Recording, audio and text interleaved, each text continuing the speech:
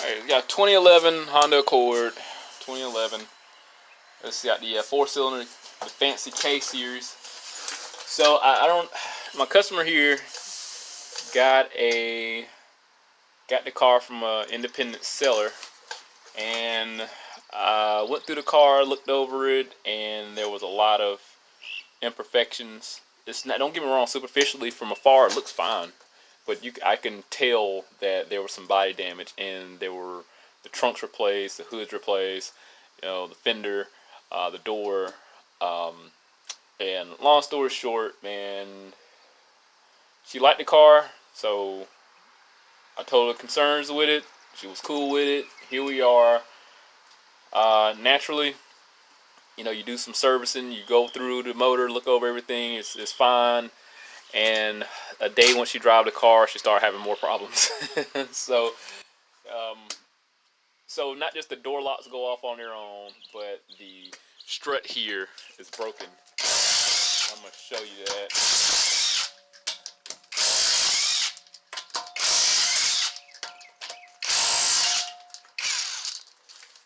I don't know if you can see that right there, but there's our culprit. Now, it wasn't like this yesterday because I just put it back where I could so to hold. I actually considered just trying to spot weld it so it'll stay in place so she can drive it. Now, don't get me wrong. I mean, as worse as it was going to get, it was literally off to the side in the back here. And you can see the remnants of where it was rubbing against the frame here. You can see it up there. There's some context clues. Now, while I'm under here, I'm not sure if the subframe was replaced or anything, but I can. Uh-oh, camera's crooked. I think some of the writing here is from the factory. I'm not sure if that's from like junkyard writing or anything. It don't look like it, but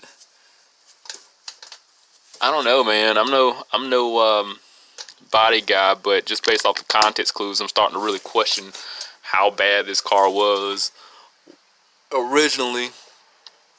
Maybe I'm tripping. Maybe that's from writing from the factory. But definitely the strut is she jacked up. And I'm gonna show you how it was placed. If I can get it separated again. So this how it was sitting inside of there, and it was rubbing up against the upper control arm here, making all types of noises. Now I went on the passenger side, well the driver's side, and looked at the upper like knuckle here, and it is supposed to be offset like that, so I think we're fine. I'm just gonna work on getting this pulled out and replaced with some new ones, and should be good to go. I mean, the car drove fine. Even like, I'm gonna put it this way, even the people that did the alignment overlooked this. So I mean, I'm not perfect, but it didn't make that noise when we first got it. So ever since she left the place to buy the car, or ever since she left the wheel alignment place, it started doing this. So yeah, we can't blame me. So, but yeah, we're gonna get this. It's gonna be a simple replacement. It's supposed to take 1.7 hours to do the rear struts on both rear for this car. I mean, there's just one bolt on the bottom. You just pull it out from this opposite side here, and of course we're gonna have to go on the inside and remove the strut tower. So let's get that. Work out appropriately. Oh yeah, never been so easier.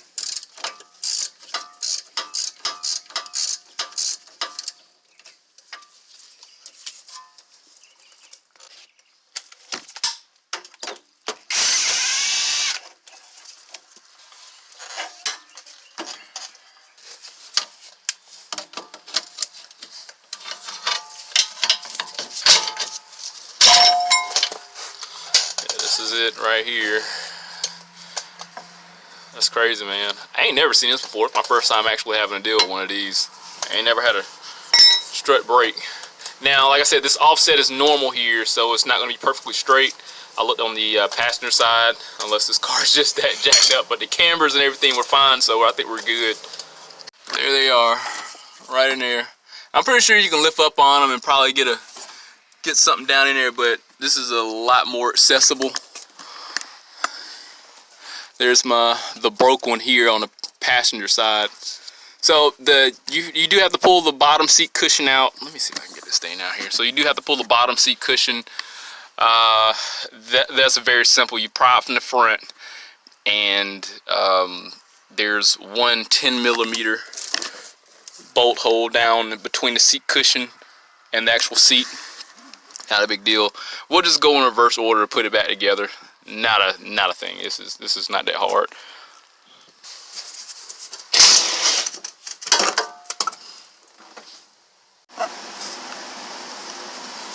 All right, putting everything back is a different story. So right now, this is going to be the sway bar link. This needs to come off so you can get more leverage, and you'll see that later as to why. It's gonna be a 14. I'm gonna make a conscious effort to squeeze this between here without interrupting the camera. See if I can get this ran off. Nope. Maybe I can play with it. Run it back on, run it back off.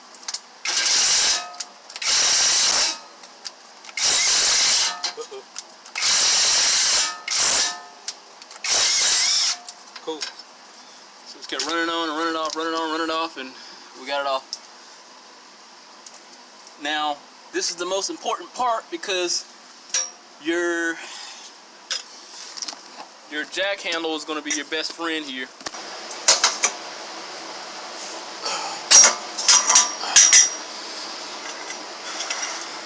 So this is going to be an important part. I got my jack handle here. If you notice where the jack handle goes into the pivot mechanism so you can raise the vehicle, this is where the lock portion go. This is very important because this lip is going to keep this jack handle from slipping and hitting you back in the face. So, and being that this control arm has a lip, this jack handle is going to rest just fine in there to where it's not going to come out just as easy as if you had a straight bar. And you definitely going to need the leverage to sit on so you can get this strut assembly back in there. Now, it's not going to look pretty. My first time doing it on the other side didn't look that great because I did scratch it up. Trying to get back in there because you don't have that much space. And what it is, if I can get this gosh darn camera in there, this sharp point right here is what's making it a little difficult, and taking that sway bar link out made things a lot more easier. So this is going to get very intimate really quick.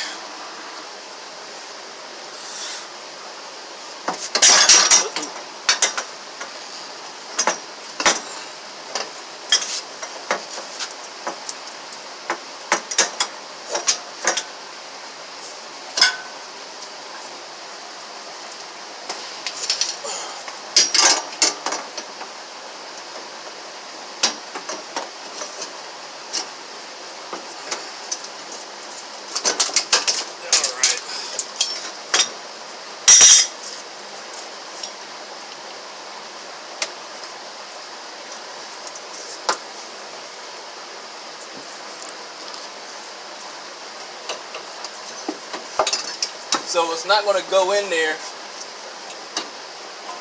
as it is, so you really need to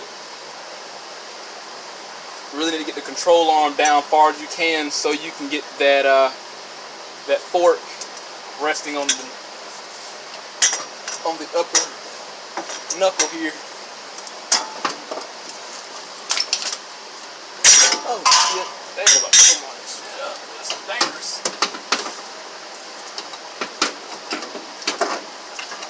Well, this one's a different story because I was able to get strangely, I was able to get this one sitting in the upper mount there.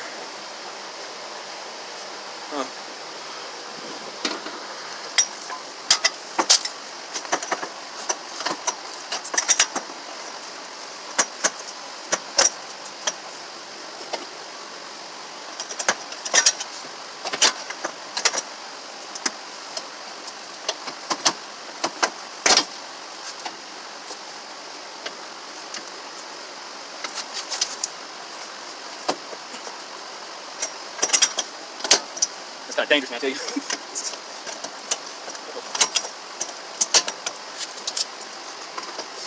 Oh, the problem.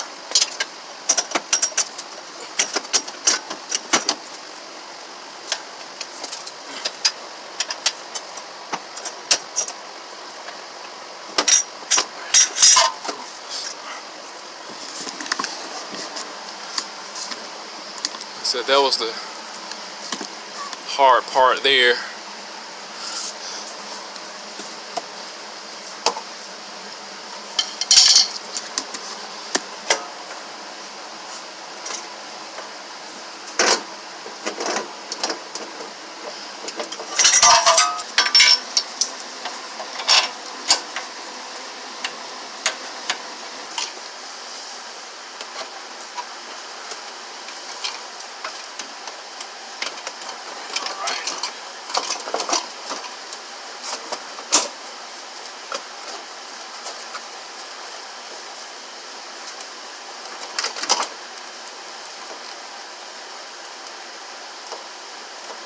I got one of these dowels lined up, everything else should line right on up like it's supposed to. Oh, shit.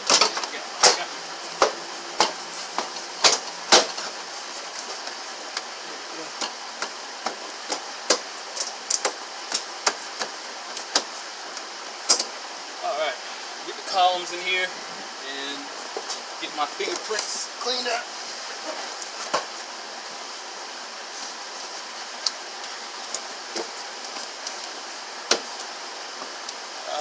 This goes on this side here.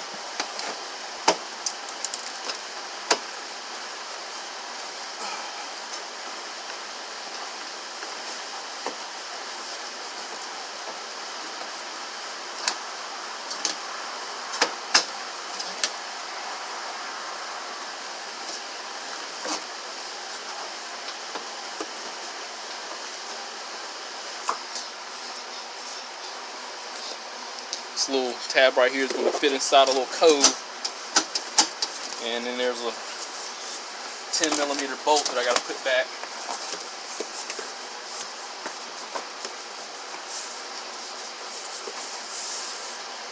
Alright, that's pretty much it.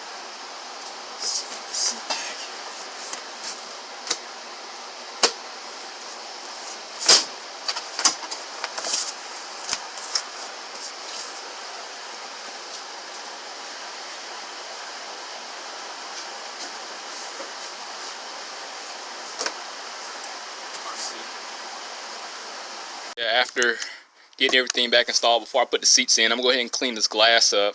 There's a lot of shards of glass from, I guess, whenever the car got into an accident, and really pulling stuff off and getting in depth after having to put those struts on. You can really see that there was a lot of, it had been a pretty severe impact there.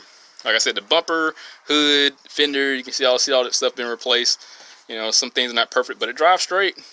You know, she got an alignment in there. He said it was fine. So I'm gonna get the glass cleaned up because, of course, you know, you want to keep your jobs neat, and plus you got children and other people getting in this car. So yeah, you don't want that.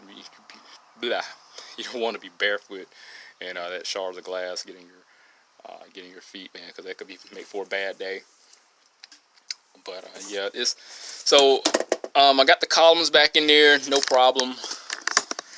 And is that considered a cowl, or this plastic assembly in the back for the speaker, the covers and all that? Yeah, the columns. I didn't need any tools but a 10mm just to get those bolts out there from this padding and then I was able to drop the seat. Simply just pull up on the plastic here, pull the columns out, and then I had access to those upper strut mounts. Not a big deal. So let's get to cleaning.